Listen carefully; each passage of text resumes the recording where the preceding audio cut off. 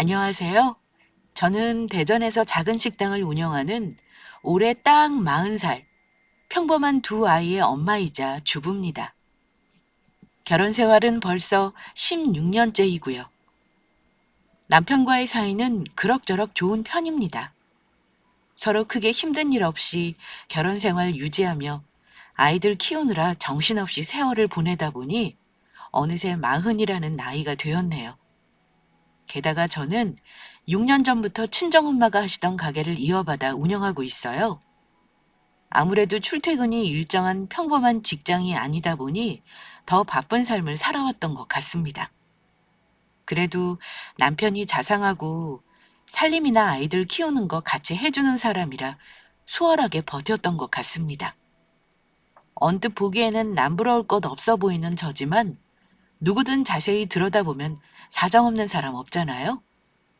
저는 가족 간의 불화를 제법 크게 겪은 경험이 있습니다. 그 결과로 지금은 시댁과 절연 중이고요. 저는 시어머니와 안 보고 산지 5년이 넘었어요. 어지간한 일 아니면 가족 간에 영 끊고 사는 거 힘든 일인 거 다들 공감하실 겁니다. 하지만 제가 절연까지 하면서 어머니와 안 보고 사는 건 그럴 만한 이유가 있었습니다. 원래 저희 시어머니는 사람 자체가 욕심덩어리였어요. 장남인 우리 남편이 본인 인생의 저축이자 보험인 분이셨고 늘 바라는 것만 많으신 분이었습니다. 며느리인 저를 드릴 때도 예단이며 혼수며 이런저런 욕심 내셨던 거 말하자면 입 아프고요. 그런데 나중에는 본인 것이 될 수 없는 것까지 넘보시다가 결국 저와 사이가 틀어지게 되었던 겁니다. 자기 돈은 자식에게 쓰는 것도 아까워하면서 당신 돈은 당신 거, 자식 며느리 돈 역시 당신 거라는 이상한 계산법을 가지신 분이었습니다. 그러니 제가 친정에서 물려받을 예정이던 것들에도 관심을 많이 보이셨어요. 저희 친정엄마는 이곳에서 나름 맛집으로 유명한 식당을 하시는데요. 결혼 전에는 제가 엄마 일을 많이 도와드렸습니다. 특히 친정엄마 가게에 관심이 많은 건 저보다는 시어머니셨습니다. 시어머니는 결혼 전에도 그랬고 결혼 후에도 저에게 종종 친정엄마 재산이며 엄마 식매출에 대해 물어보시곤 했습니다. 너 친정엄마가 현금 부자라며? 하긴 장사하는 집 별거 없는 것 같아도 들여다보면 알부자인 경우가 많지.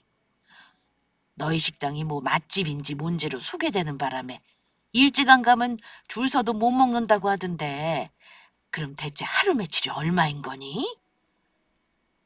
제가 도와드릴 때는 하루에 200 정도 나올 때도 있었어요. 근데 어머니, 장사가 많이 남는 것 같아도 사실 그렇지도 않아요. 엄마가 재료니 뭐니 정말 비싼 거 많이 쓰시거든요. 많이 버시긴 하는데 그래도 뭐 떼돈 번다고 말하긴 좀 그래요. 요즘은 몸이 안 좋으셔서 정해진 재료만 하시고 손님은 안 받으시니까요. 아마 한창 때 매출보다는 반도 안 될 거예요. 그게 다 돈에 아쉬운 거 없으니 여유 있게 장사하는 거 아니냐. 암튼 네 친정엄마는 걱정이 없겠구나. 평생 연금처럼 돈 나오는 장사에 빚도 없고 자식들한테 돈 들어갈 일도 없으니 얼마나 좋으냐? 그래도 그 나이에 장사하는 게 쉽지만은 않아요.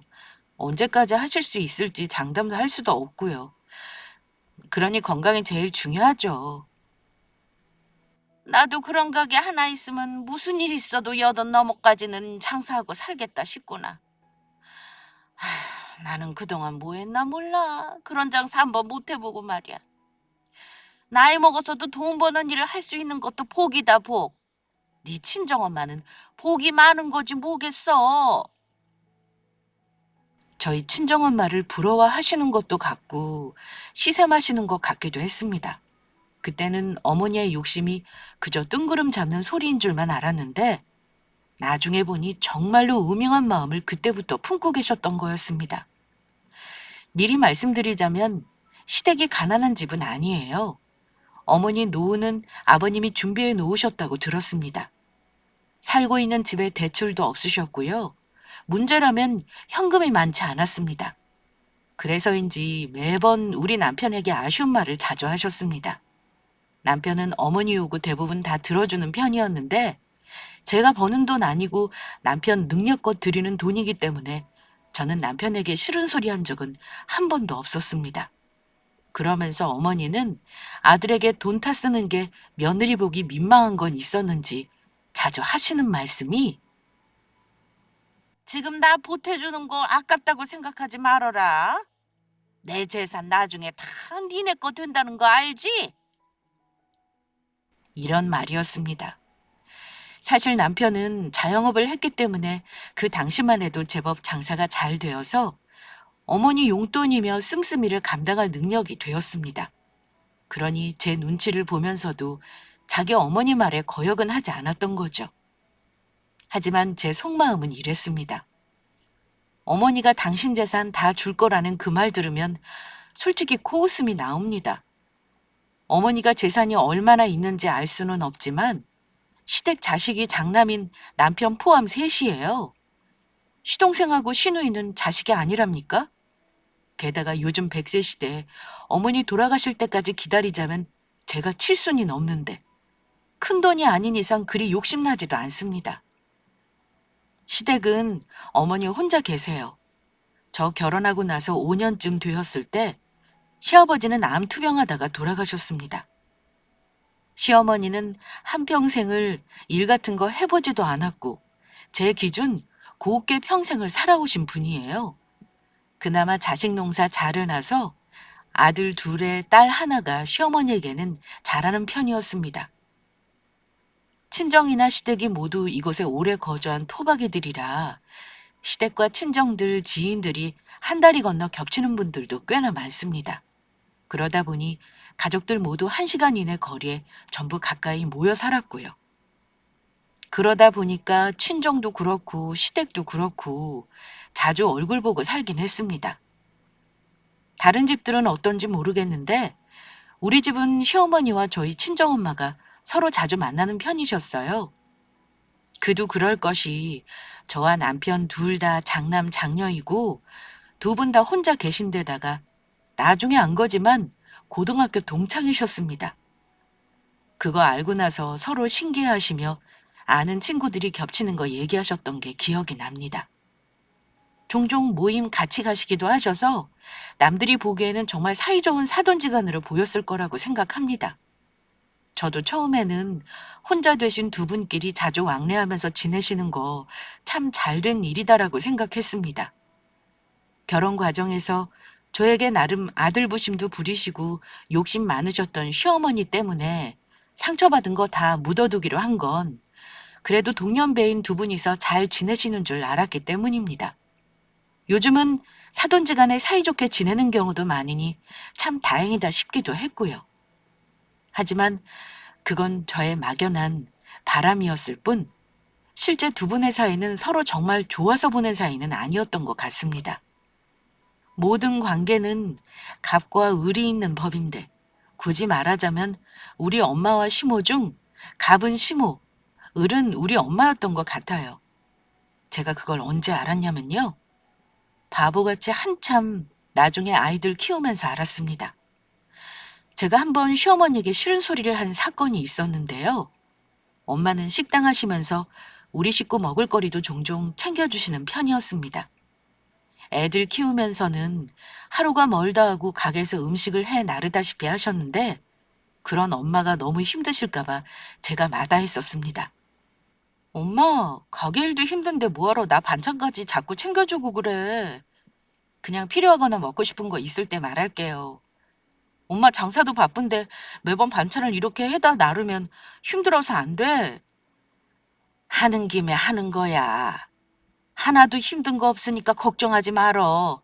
지난번에 엄마가 가져다 준 거 나물 무침은 다 먹은 거지? 오늘은 열무김치랑 밑반찬 몇 개 해왔으니까 두고두고 먹어. 일부러 넉넉하게 했으니까 너희 시어머니도 좀 가져다 드리렴. 뭐 이렇게 많이 했어? 엄마, 그냥 엄마 가게에서 하는 반찬 조금씩 주던가. 앞으로는 이렇게 하지 마. 엄마 힘든 거 아는데 나도 마음이 편치 않아서 그래. 아이고, 알았다, 알았어. 나는 그냥 엄마가 해다 주는 거 잘 먹어주는 게 효도라고 생각해. 이서방도 엄마가 해다 주는 거 잘 먹잖아. 엄마 힘드실까 봐 너무 많이 해 나르지 말라고 해도 엄마는 몸이 허락할 때 해주고 싶다고 하시는 분이었습니다. 간혹 오래 먹을 수 있는 김치나 반찬류는 어머니께 나눠드리기도 했고요. 그런데 호의가 계속되면 권리인 줄 안다고 하는 말 아시죠?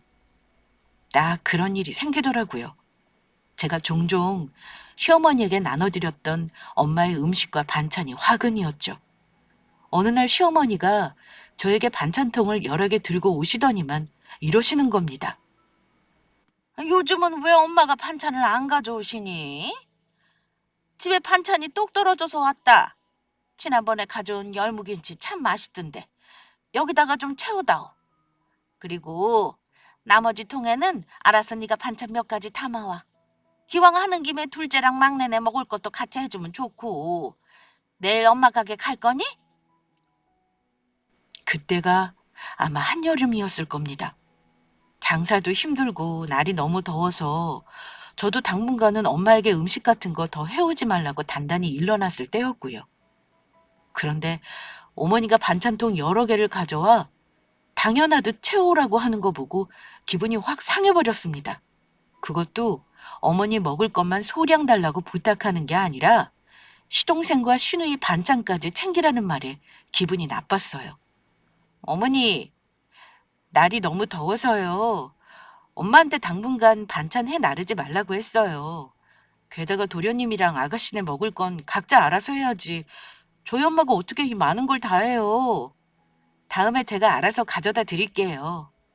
그러자 어머니는 갑작스레 역정을 내셨습니다. 어머 얘, 네 친정엄마는 어차피 하루 종일 음식하는 사람 아니냐. 이거 조금 더 한다고 해서 힘든 게 덜하겠니?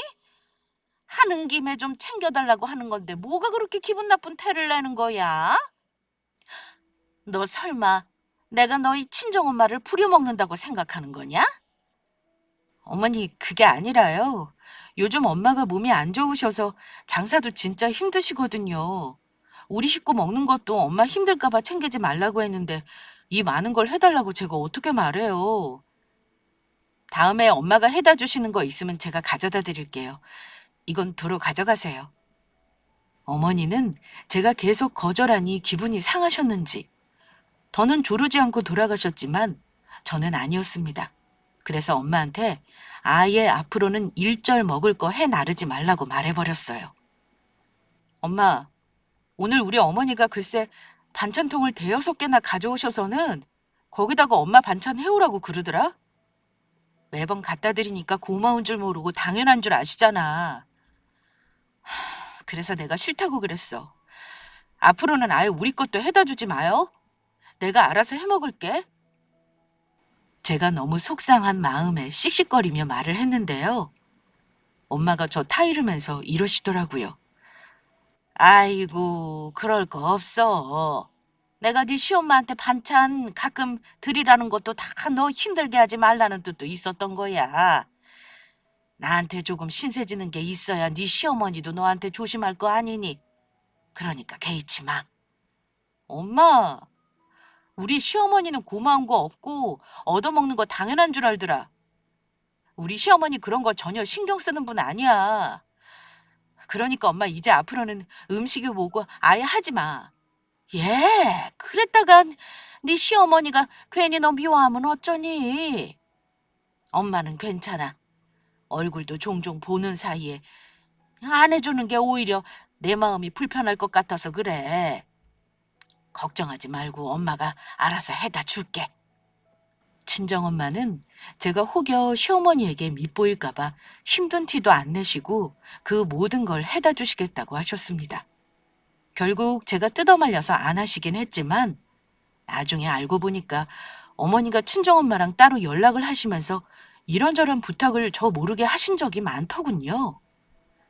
나중에 그거 알고 나서 제가 얼마나 속이 상했는지 모릅니다. 제가 가만히 지켜보니 저희 엄마와 어머니가 만나서 하는 대화를 들어보면 어머니가 은근히 우리 친정엄마를 우습게 여기거나 함부로 하는 게 보였습니다. 시어머니는 친정엄마를 가끔은 챙기는 듯 살갑게 행동하시기도 했고, 가게가 바쁜 날 들르게 되면 가끔 일을 돕기도 하셨습니다. 그리고 뭐가 그렇게 궁금하신 건지 엄마 가게 메뉴 레시피를 그렇게 알고 싶어 하셨는데요. 아예 대놓고 엄마에게 비법을 물어보시기도 했습니다. 사돈, 아니 대체 이거 양념은 어째 한 거예요? 맛이 매번 똑같은데 뭔가 희한하게 감칠맛이 있단 말이야. 사돈 가게 비법이 이거 아니에요? 혼자만 알고 있지 말고 나한테도 좀 알려줘 봐요. 집에서 나도 써먹어 보게. 아이고 사돈, 그건 안 돼요. 원래 이런 비법은 아무에게도 안 알려주는 법이잖아요. 나중에 내가 가게 그만하게 되면 그때 알려드리죠. 네? 내가 사돈 비법을 훔치는 것도 아닌데 뭐 이렇게 빡빡하게 구세요? 그럼 딱 한 가지만 알려줘 봐요. 여기 대체 뭐가 들어가는지. 글쎄 안 된다니까요. 제가 어디 돈 받고 파는 비법도 아니고 나는 내 가게 물려받겠다는 사람 아니면 자식한테도 안 알려준다니까요. 엄마는 웃으면서 친절하게 말씀하시면서도 가장 중요한 비법은 절대 얘기해주지 않으셨습니다. 그러면 매번 어머니는 저에게 은근히 엄마의 비법을 물어보곤 하셨습니다. 사진엄마, 너는 알지? 네 친정엄마 비법 말이다. 다 알려진 거 말고 왜 그 양념장 만들 때는 문까지 잠그고 만든다며? 너 알고 있으면 나도 알려줘. 내가 장사하는 사람도 아니고 그냥 우리 식구 해먹을 때 참고 좀 하려고 그래. 아유, 어머니, 저도 잘 몰라요. 그런 거 원래 가족들한테도 안 가르쳐 주는 거잖아요. 제가 아는 건 딱 보이는 거 그것뿐이에요. 뭐? 너 진짜 몰라? 아니, 네가 엄마 일 도운 지가 몇 년인데 눈치껏 보고 배운 게 있을 거 아니냐? 나한테 말해주기 싫어서 그래? 정말 모른다니까요. 제가 엄마 식당을 물려받을 것도 아닌데 알아서 뭐 하겠어요. 사실 저는 엄마의 비법을 알고 있긴 합니다. 엄마가 금고에 보관하시는 레시피 북이 있거든요. 엄마는 꽤 오래전부터 엄마가 가장 애지중지하는 금고 안에 등기 권리증이나 엄마 재산에 대해 저에게 교육을 하셨습니다. 아마 아빠의 부재에 대한 영향이 엄마에게 늘 만약의 상황을 대비하도록 했던 것 같습니다. 시어머니는 엄마에서도 못 알아내는 정보를 꼭 저에게 캐내려고 했습니다. 게다가 제가 엄마 식당을 물려받을 생각이 없다는 말에는 눈까지 동그랗게 뜨시면서 이러더라고요. 엄마 식당을 안 물려받겠다니? 네 엄마가 물려줄 사람이 너나 네 동생밖에 더 있겠어? 동생은 직장 다니는데 당연히 네가 언젠가는 해야 하는 거지. 저는 엄마처럼 할 자신이 없어요. 엄마 애쓰신 거 알지만 저는 그럴 만한 그릇이 못 돼서요. 나중에 엄마가 가게 못하실 상황에 오면 그냥 깨끗하게 정리하고 상가는 월세나 주려고요. 그런데 그때 어머니가 묘한 말을 하시더라고요. 그건 그때 가서 융통성 있게 결정하면 되는 거지. 먼 훗날 일을 벌써부터 단정을 짓고 그래? 그럴 거 없다. 게다가 네 엄마가 가게가 어떤 가게니? 몸은 좀 고대도 열심히만 하면 알토란같이 수익을 주는 것 아니냐. 그런 가게를 남 줄 생각을 하다니 너도 참 철이 없구나. 그럴 거면 차라리 나한테 줘라. 내가 네 친정엄마보다 더 잘할 자신 있다 이거야. 어머니는 제가 가게를 물려받지 않겠다고 하자 성을 내시면서 농담인 듯 진담인 듯 저리 말씀을 하셨는데요. 그 당시 저는 어머니의 말을 크게 귀담아 듣지는 않았습니다. 그 후에도 몇 번 어머니는 저와 엄마에게 번갈아가며 가게 운영에 필요한 정보들을 묻곤 하셨는데요. 친정엄마는 정말 중요한 내용이 아니고서는 거의 다 어머니에게 얘기해드린 걸로 압니다. 심지어 매출도 공개하셨는데 어머니가 생각한 금액보다 많았었나 봐요. 친정엄마 순이익을 듣고 나서는 툭 하면 가게에 공짜밥 먹으러 오시는 일도 잦아졌고 친구분들과 식사하고 나서도 계산을 안 하고 가시는 일도 종종 있었습니다.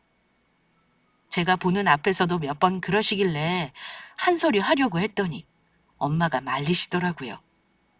친정엄마는 사돈끼리 밥값 몇 푼으로 얼굴 붉히고 싶지 않다며 기꺼이 베풀던 분이셨습니다.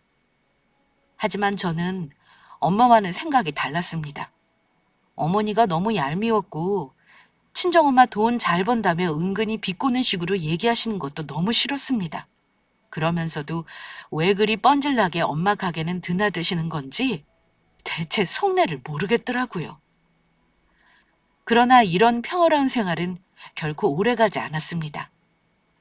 아이들이 초등학교 고학년이 되고 조금 여유가 생길 무렵 그만 집안에 큰 우환이 닥쳤습니다. 사람이 살다가 여러 가지 안 좋은 일을 당한다지만 가장 겪고 싶지 않은 것 중에 하나가 가족의 갑작스런 죽음일 겁니다. 6년 전 겨울, 엄마가 식재료 때문에 늘 다니시던 시장에 가셨는데 하필 그날따라 차에 뭘 놔두고 온 게 생각이 나셨나 봐요. 다시 주차장으로 돌아가느라 대로를 건너려고 하셨는데 그만 엄마를 못 본 화물차가 우회전을 하면서 엄마를 그대로 치고 말았습니다. 119 구급대원 전화를 받았을 때 저는 엄마가 그 정도로 심각한 상태인 줄은 몰랐어요. 그런데 저더러 빨리 오셔야겠다고 하더라고요. 놀란 마음에 신발까지 짝짝이로 신고 병원 응급실로 갔지만 이미 엄마의 의식은 없는 상태였고 의사도 하루를 못 넘길 것 같다며 마음의 준비를 하라고 했습니다. 이런 일을 누가 예상이나 하겠습니까? 그날도 저에게는 여느 때와 다름없었던 평범한 날이었습니다. 그런 사고가 저의 일이 되리라고는 단 한 번도 생각해 본 적도 없었어요. 저는 남편과 동생에게 연락해 바로 와달라고 했습니다. 엄마는 응급수술을 하고서도 의식을 차리지 못했습니다. 저와 동생이 할 수 있는 건 그저 엄마가 들을 수는 없어도 사랑한다는 말을 해드리고 손을 잡아드리는 것뿐이었습니다. 그때 엄마 나이가 64세. 엄마는 지병도 없었고 건강한 분이셨어요. 이런 사고가 아니었다면 정말 오래도록 자식들 옆에서 사셨을 분입니다. 결국 이틀을 넘기지 못하고 엄마는 돌아가셨습니다. 엄마가 돌아가시고 나서 저는 거의 패닉 상태였습니다. 이성적으로 뒤처리를 해야 했는데 그러지를 못했어요. 가게 문은 급하게 닫았고 모든 장례며 사고 처리 문제를 거의 남편이 나서서 도와주었습니다. 남편이 아니었다면 아마 정신 차리는데 오래 걸렸을 겁니다. 저와 제 동생이 너무 힘들어하기도 했고 제정신이 아니었으니 큰 사위인 남편이 나서는 게 당연한 일이기도 했고요. 그런데 아직도 저는 시어머니가 장례식장에 와서 손님들과 말씀을 나누실 때의 대화가 가슴에 맺혀 있을 정도로 상처입니다. 친정엄마와 시어머니가 동창이다 보니 겹치는 친구분들이 많았는데요. 그 나이대 할머니들, 물론 안 그런 분도 많겠지만 어쩜 하나같이 탐욕스럽고 말을 함부로 하는 분들이 많은지 제가 있는데도 아랑곳하지 않고 이런 대화를 하더라고요. 근데 영숙이네 딸만 둘인 거지? 영숙이가 갑자기 이렇게 돼서 자식들이 너무 놀랐겠구먼. 근데 너 혹시 영숙이 가게는 어떻게 되는 건지 며느리가 얘기 안 해? 워낙 잘 되는 식당이었잖아.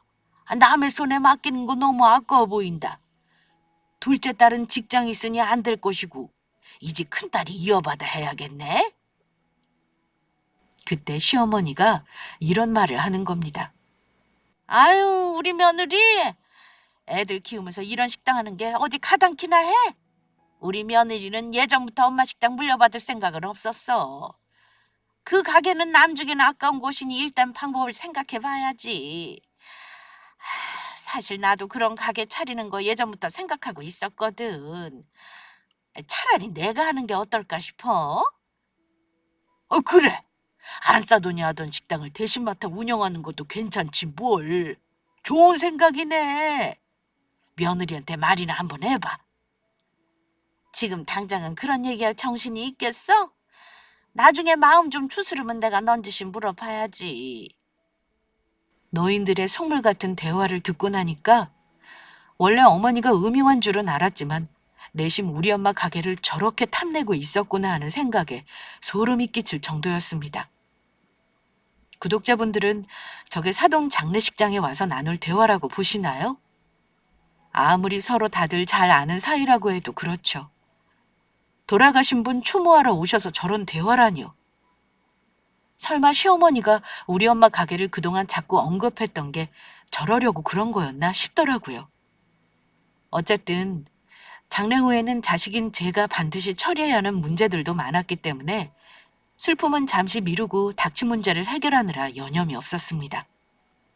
엄마 가게는 급한 대로 일단 예전에 엄마와 같이 일했던 아주머니에게 냉장고 정리만 좀 부탁하고 한 달이 넘게 문을 닫고 있는 상황이었어요.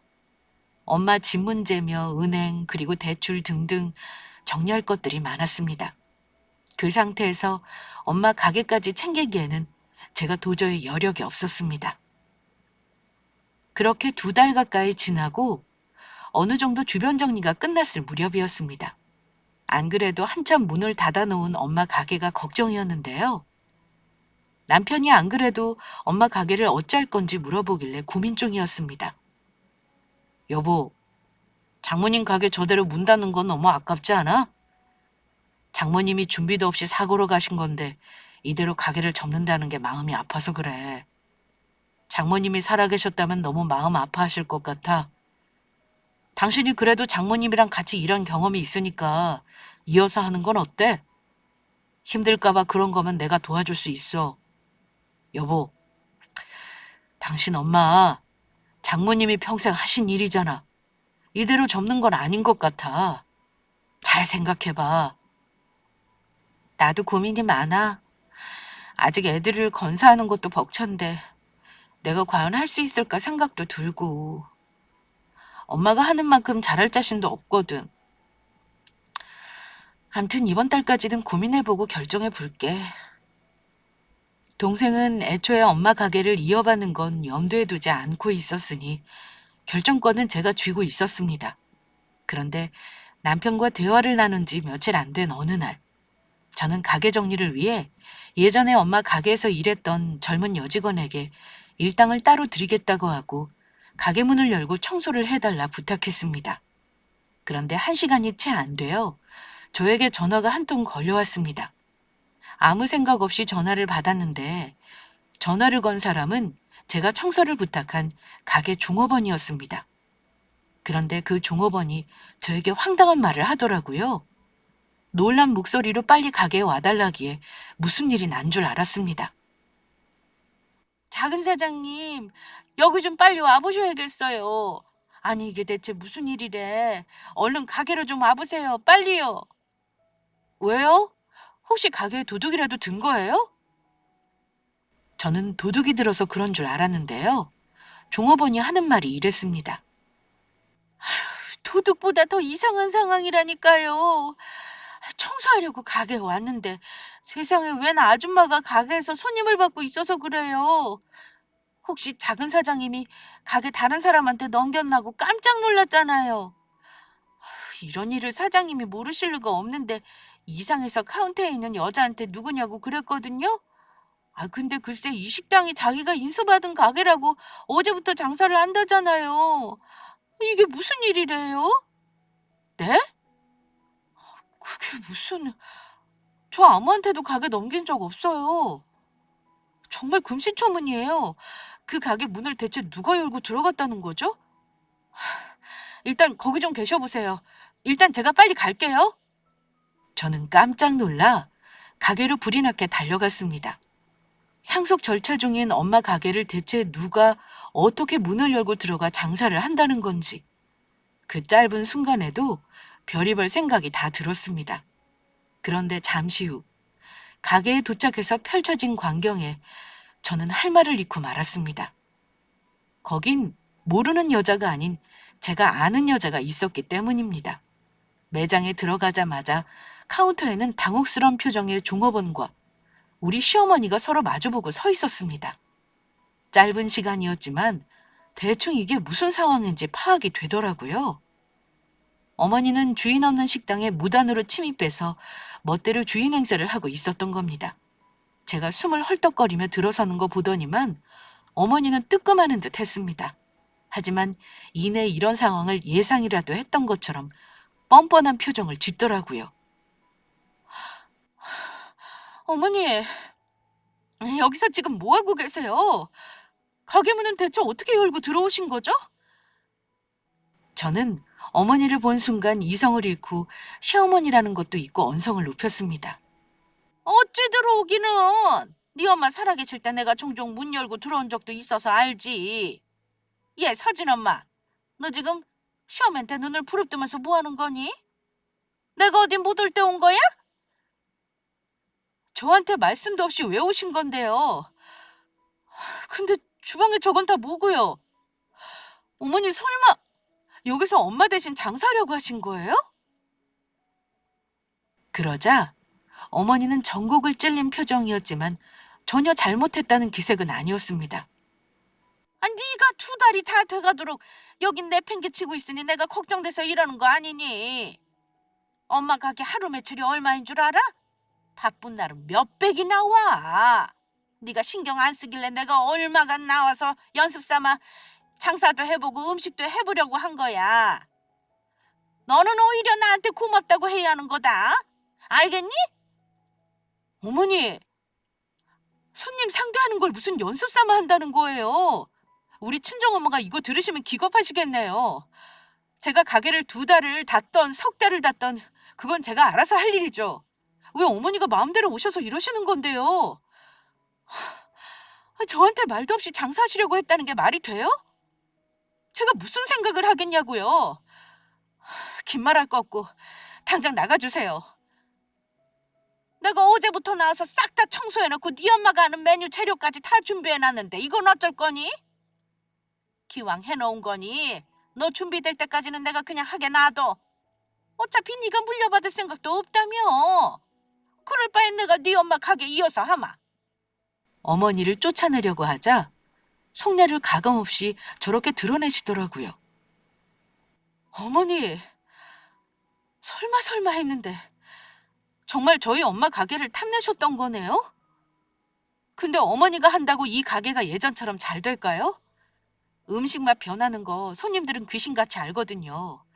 게다가 어머니는 우리 엄마 레시피도 모르시잖아요. 안다고도 이건 말도 안 되는 경우고요. 그리고 엄마 가게 이제 제가 맡아서 할 거예요. 저 오늘 이후로 다시는 어머니 댁 발걸음 안 할 거니까 그런 줄 아세요. 그동안 애들이랑 남편 봐서 참고 산 건데 이제는 그럴 필요가 없을 것 같네요. 아시겠어요? 저는 안 나가려 하는 어머니를 옆에 있던 직원의 도움을 받아 우격다짐으로 쫓아냈습니다.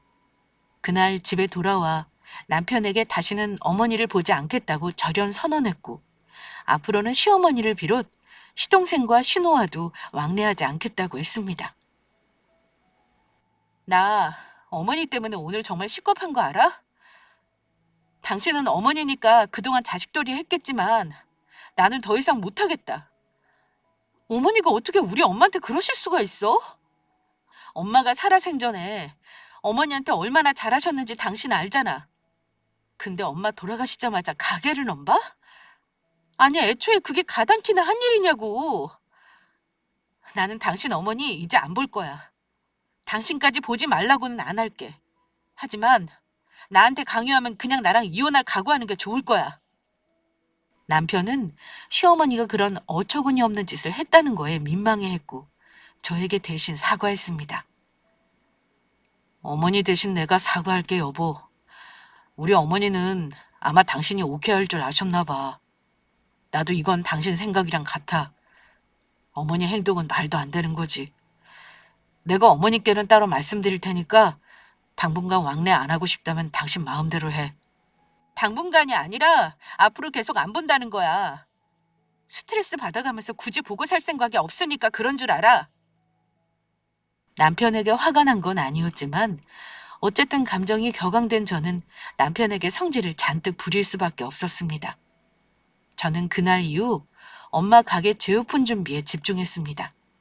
제가 곁다리로 보고 배운 건 있어도 완벽하지는 않았기 때문에 준비할 시간이 필요했어요. 그래서 부지런히 메뉴 연구 다시 하고 중간에 가오픈도 하면서 손님들 반응을 보는 과정도 거쳤습니다. 2달의 오픈 준비 기간을 거쳐 저는 엄마 가게를 예전과 거의 똑같은 맛으로 손님들에게 제공할 수 있게 되었습니다. 물론 그 기간 동안 시어머니의 지랄을 몇 번 당하기도 했습니다. 예전에 비법을 물어봤을 때 안 가르쳐 준 걸 들먹거리며 못된 년이라는 둥, 잘 되나 보자는 둥 아주 악담을 하시더라고요. 다행히 남편이 어머니 그러시는 거 보더니 저 대신 엄청 화를 내주었습니다. 아들이 엄마 편이 아니라면서 눈물까지 찍어가며 불쌍한 척 하시는 거 보고 나니까 그나마 남아있던 정도 다 떨어지더군요. 가게 운영은 쉬운 일은 아니었습니다. 엄마의 빈자리는 생각보다 커서 손님들도 새로운 주인장을 받아들이는데 시간이 필요했던 것 같습니다. 예전 같지 않은 매출이었고 오래된 단골들이 사라지기도 했지만 저는 굳이 돈을 벌겠다는 마음을 가지기보다는 엄마가 하셨던 일을 딸인 제가 이어서 하고 있다는 거에 의미를 두기로 했습니다. 그래도 가게는 빨리 자리를 잡은 편이었습니다. 그런데 몇 달이 지났을 무렵 아주 기가 막힌 소식을 전해 듣게 되었는데요. 그건 바로 시어머니가 우리 가게와 거의 비슷한 메뉴와 상호로 바로 옆 동네에 가게를 오픈했다는 겁니다. 어머, 사장님, 이거 보셨어요? 우리 가게에서 일하는 새로 고용한 젊은 아가씨가 SNS에서 무슨 사진을 보여주길래 봤더니 시어머니 가게더라고요. 넌 이거 어떻게 한 거야? 우리랑 상호도 비슷하고 메뉴는 뭐 정말 똑같은데? 우리 가게 이름으로 검색했더니만 글쎄 이 식당이 우리 가게 이름을 태그해 놨더라고요. 사장님 이거 두고 볼 거예요? 장사 못하게 해야죠. 뭐 이런 상도덕도 없는 사람이 있죠? 그냥 놔둬. 내가 잘하는 사람이 거기 사장이거든. 아마 오래 못 갈 거야. 장사는 뭐 아무나 하겠어? 하긴 사장님. 근데 이 가게 반응 보니까 다들 별로래요. 중요한 뭔가가 빠진 것 같은데 그게 뭔지를 모르겠다는 거 있죠? 너무 웃기다.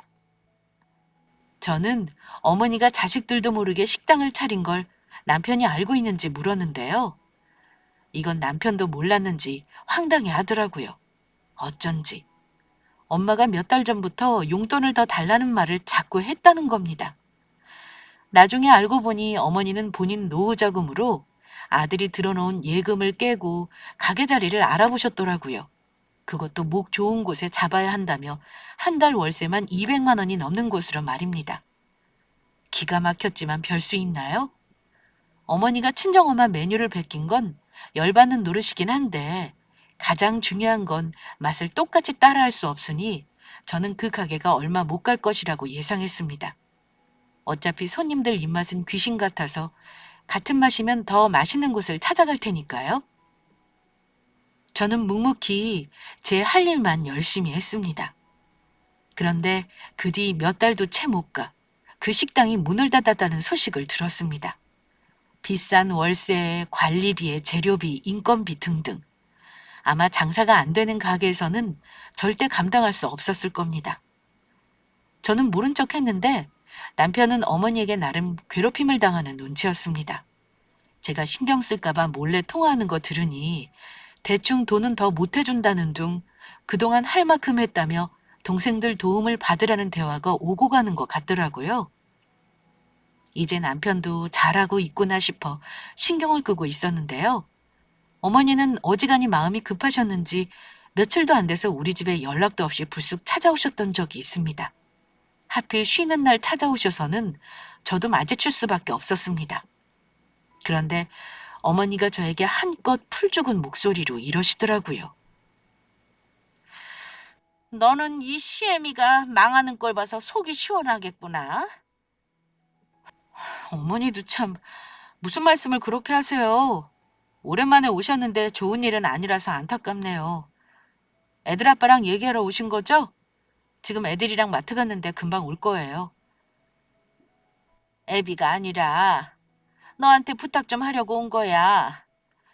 너도 대충 들었지? 내가 겁없이 가게 냈다가 빚잔 차고 끝낸 거 말이다. 근데 아직 못 갚은 돈이 있어서 말이다. 큰 돈은 아니다만 당장에 돈이 없으니 어쩌겠니. 네가 나 좀 도와줘.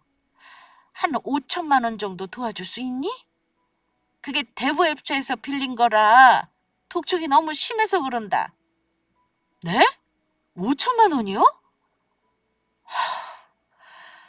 그런 큰 돈을 왜 겁도 없이 빚을 내셨어요? 그럼 이자랑 원금 매달 얼마씩 주실 건데요? 차용증 제대로 쓰고 공증도 받는다고 하시면 생각해 볼게요. 그런데 어머니는 얼마씩 갚을 거냐는 저의 말에 사색이 되셨습니다. 너는 가족 간에 돈 주고받을 때 차용증을 쓰니? 어려울 때 도와주는 건데 뭐 그리 돌려받을 생각부터 하고 그래.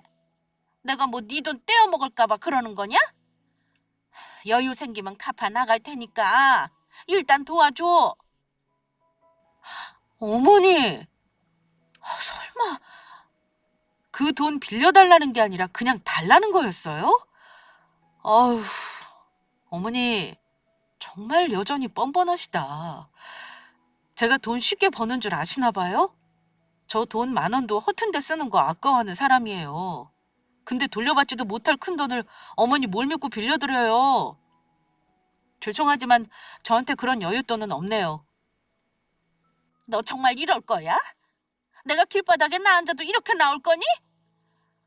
저한테 공돈 받을 생각하지 마시고 어머니 처분할 수 있는 거 다 정리해서 빚 정리하세요.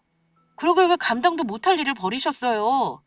음식 장사 아무나 하는 거 아니라고 했잖아요. 세상에 쉽게 버는 돈 없다는 거 이제 아셨죠? 어머니는 사정하면서 빌려달라는 금액을 낮추기까지 하셨지만 저는 10만 원을 달라고 해도 줄 생각이 없었습니다. 돌려받을 수 없는 거 뻔히 알면서 그러긴 싫었습니다. 이미 저렴 마음 먹은 지 오래였으니 그럴 이유도 없었고요. 어머니는 울상을 하며 돌아가시면서도 저에게 죽일련 살릴련 하시더라고요. 저는 다시 한번 다짐한 게 시어머니와는 앞으로도 영영 상종하지 말자는 거였습니다. 어머니 가시고 나서 남편에게 자초지정을 말했는데요. 어머니가 그 가게 오픈하는데 쓴 비용이 2억이 넘더라고요. 결국은 자식들도 두 손 두 발 다 들었다고 남편이 그러더군요. 어쨌든 그 일 이후 지금까지 어머니를 보지 않았습니다. 만약 예전 같았으면 아마 저는 어쩔 수 없이 시어머니를 도와줘야 했을지도 모르죠. 하지만 엄마 돌아가시고 나서 시모의 속내를 알고 나서 절연한 게 신의 한 수였던 것 같습니다. 지금은 저 살기 바빠서 시댁은 신경도 안 쓰고 속 편히 삽니다. 시댁 문제로 힘들어 하시는 분들, 자기 자신이 최고입니다. 주변 사람 생각하지 말고 내 맘 편한 길이 최고라고 생각하세요. 제가 영 끊고 살아보니까 이거 별거 아니더라고요. 내 속 편한 게 제일이니까 남편이고 누구고 깊게 생각 안 하셨으면 좋겠습니다. 만약 남편이 내 편이 아니라면 이혼하면 그만인 거죠. 누구한테든 사랑받을 만한 존재라는 거 늘 기억하시고 제 사연을 듣고 혹시 지금 힘들어 하시는 분들이 있다면 다들 힘내시기 바랍니다. 어디에든 길이 있으니까요. 제 사연은 여기까지입니다. 끝까지 들어주셔서 감사드리며 나중에 후일담이 있다면 들려드리겠습니다. 감사합니다.